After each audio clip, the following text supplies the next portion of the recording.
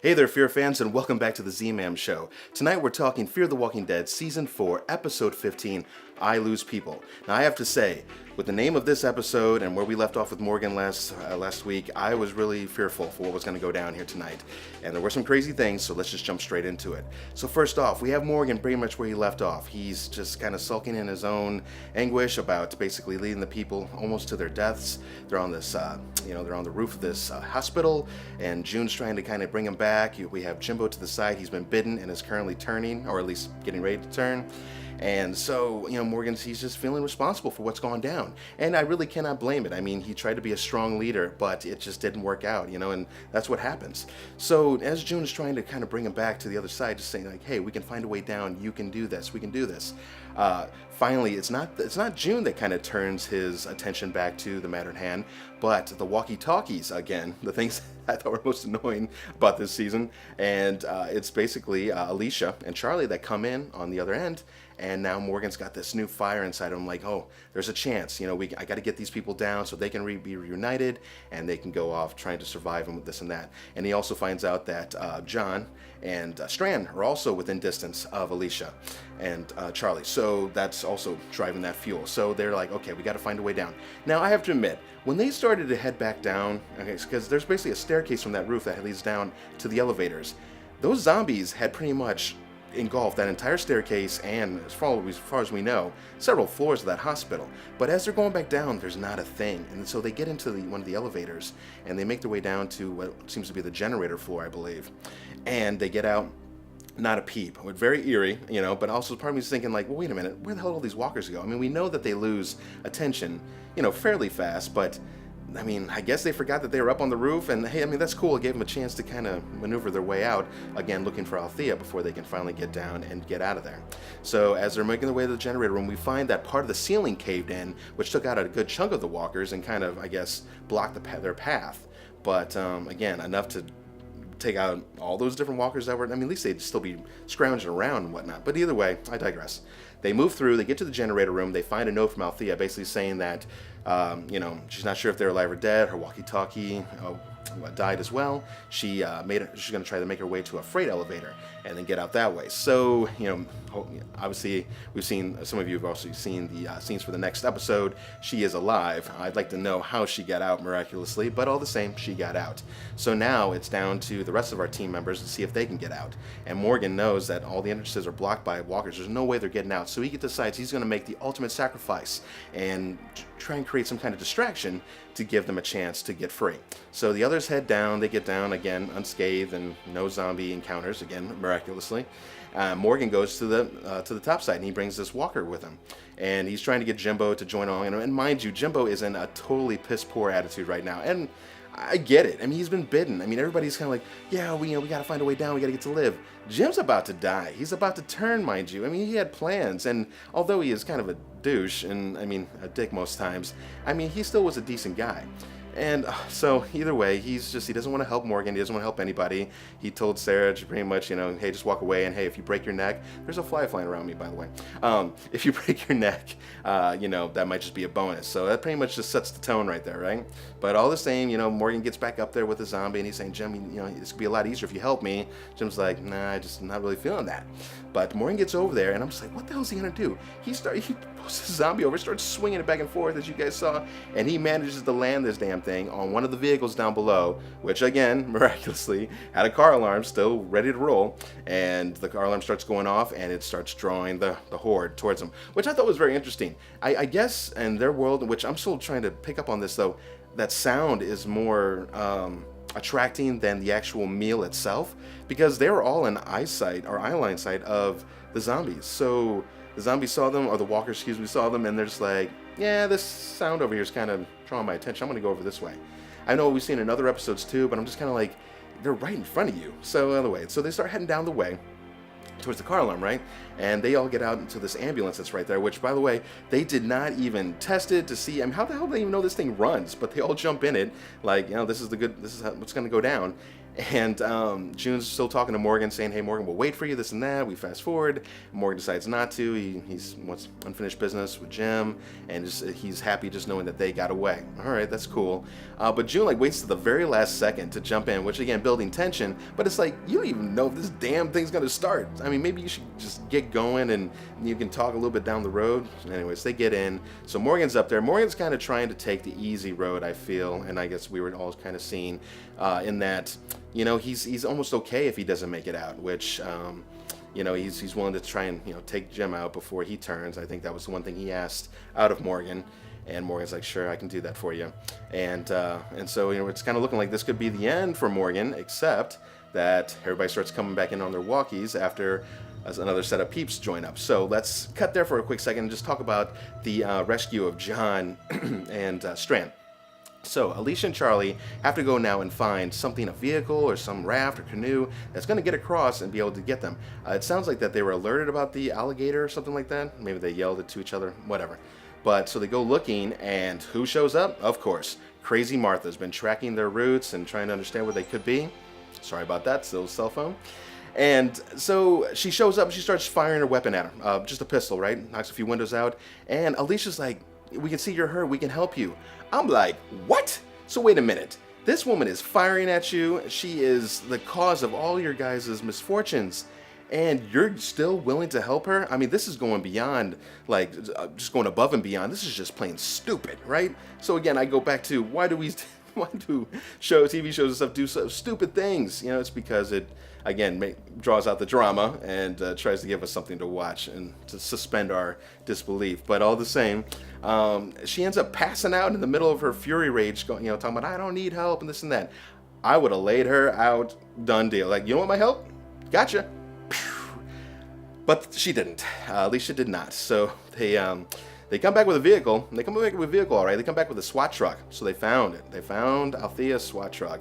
And that thing just plummets straight through the water all the way across to grab Strand and John. And of course, when they get over there, they're happy to see each other, all this and that. And who's in the back? Well, Crazy Martha's in the back. Why? Why would you do this? This is, God, just terrible written all over it. And as you guys know, it leads there. So they get back to basically go save Morgan, right? And I think Morgan, I think he was kind of ready to just kind of check out. But, once they were like, no, we're down here and this is going to happen, I guess he had to jump on board because he knew if he didn't, I mean, they're just going to stay down there until either, well, they get into some super trouble or whatever else. But they're not leaving. So again, going back to this just right place, right time, and everything working for them, there's a fire truck down below who, go figure, their hydraulic system is still working, and they, at least for the ladder system. So they managed to get the ladder up. Again, I don't even know how they got that truck in position. What's the chance of it being right there? But maybe it was. Because I'm pretty sure that Sarah said that the car battery and everything else, or the vehicle battery was already done. So anyways, the ladders start going up, they get into position, but unfortunately it's about 2 stories too low, right? So, hats off to Morgan for working this one out. So he had to climb down about 1.5 stories or so. He found some rope that was kind of tied up on the ledge. Jim's just kind of watching, he doesn't want to go, he's just kind of like, I'm good. Morgan gets down, and then he makes this miraculous jump into the actual little, cedar area right at the top of the ladder system. So, the operator, I guess, area. So, that was a pretty cool jump. The way they shot and everything else, it looked legit. I mean, it looked like he had a good chance to jump over and get inside of it. But, I mean, you felt the tension when he landed, and his demeanor and just his face, I mean, just basically spelled it all like, that just happened, right? So, that was kind of fun. And basically, the ladder system starts going down. Jimbo's still up top. But, let's not forget also the whole shit moment where Zombie Man comes through the pane of glass on that lower level that Morgan just got down to almost immediately. I thought that would have been lights out for Morgan. I mean, I was watching that jawline. I mean, his arm was up on him. It was super, super close. And, and that's where I'm going to ding this episode for a few things. It's just because John is the one that ends up shooting it. So Morgan's back on the ledge, right? And then the zombies, all up on him, and his head's kind of exposed. John nails him with a pistol shot from I don't know, I can't remember how many stories the building was, but let's just say 10, 12 stories. That's a hell of a shot, one shot. Again, I don't try to criticize shows, I try to just go with it. I just, like I said, suspend the disbelief and just enjoy it for what it is. But sometimes it's kind of like, So that was it, huh? I mean, it would have been kind of cool if Jimbo would have worked something out, but I know he was up top. How would he have done it? So either way, Morgan makes it through. He gets on the ladder. They get down, and then now what? They're stuck. Like, so Alicia and them were kind of doing some kind of half-ass like mini patrol, trying to fend off as many walkers as they could, which those were some close encounters right there. And they get back to the fire truck, and instead of like trying to get to the SWAT truck or trying to divvy up a little bit just to have some space between them, they're all stuck on the damn fire truck, right? And I'm just like, oh, guys, what are you doing? And the zombies just swarm them. I mean, they're just completely surrounded. Wendell and Charlie are in the cab. They can't get out. The other ones are up top. I mean, one could probably jump off and try to do something, but meanwhile, probably spraining their ankle and then getting eaten, so that's not going to work. But just when you think all is done, Jimbo finally comes through. He is, he's just come to terms that he goes, I am going to die, but I don't have to let these guys die too. They're people and their lives matter. And so he starts going over, making his way towards one of the ledges, and he's talking to Sarah on the walkie, and he actually gives up his beer recipe, which she asked him for earlier, and that's when she told him, or he told her to walk away, and if you break your neck, this and that. But he does give the recipe, which I thought was super cool. I mean, good luck getting all those ingredients, but all the same, it's written down. It is his legacy, and he will live on with his beer. So I thought that's really a cool send-off to Jim and just his character. And as he looks down, and we see that car down below, which, amazing how many of these cars have car alarms. I mean, even my car is newer, and mine doesn't have a car alarm that just gets set off, and these cars were all locked, and, the alarms were engaged, and it's really throwing it out there, but all the same, he takes the leap of faith and just jumps straight down and nails it. And it was kind of a cool send-off. They didn't have to really show it. You just you hear the fall a little bit, and then you hear the alarm going off. And they all knew what happened, and so they all get into the SWAT truck. And of course, when they open up the doors, and I was telling my wife, I go, sweet baby Jesus, if they open those doors and she is out or this or that, and what happened? They open the doors, and crazy woman Martha is not there. She's not there. And you see some blood, so obviously she had to wrestle her hands free. But they're just zip ties. I mean, what did you expect was going to happen? So, I mean, just the amount of insanely stupid things that happened this episode almost just got ridiculous. Just to the miraculous saves and the events, it just got a little out there. I mean, it was still some joy to watch. I did enjoy it, but that's going to definitely deduct some points just because of the creativity. And the writers, I gotta understand, they've done so many episodes, so it's got to be getting super hard to come up with cool events and how are we going to rescue these guys this time and stuff. So I give them credit, I really do. But I think for this episode, I'm going to give it like a 6.8, just because of some of the silly things that just kind of went down. But the friends are safe for now, minus Jimbo. Peace out, Jimbo. We'll give him a minute of silence. Actually, no, we won't. But he's gone. And but he was kind of a cool character, and his beer recipe will live on, which is awesome. And so now they're on the road again, and they're all looking to Morgan, like, Morgan, where do we go? And Morgan says, well, I wanted to go to Virginia, and I think we can all still make it. And so that looks like that's where they're going. And I also didn't want to forget what happened to poor Jim at the very, very end of the episode. As if falling off that huge high-rise building and falling to his death was not enough. Crazy woman basically catches up where he fell, and he didn't suffer enough head trauma to not come back as a walker. So she writes her little message, I think some of it was actually his beer recipe actually on his face.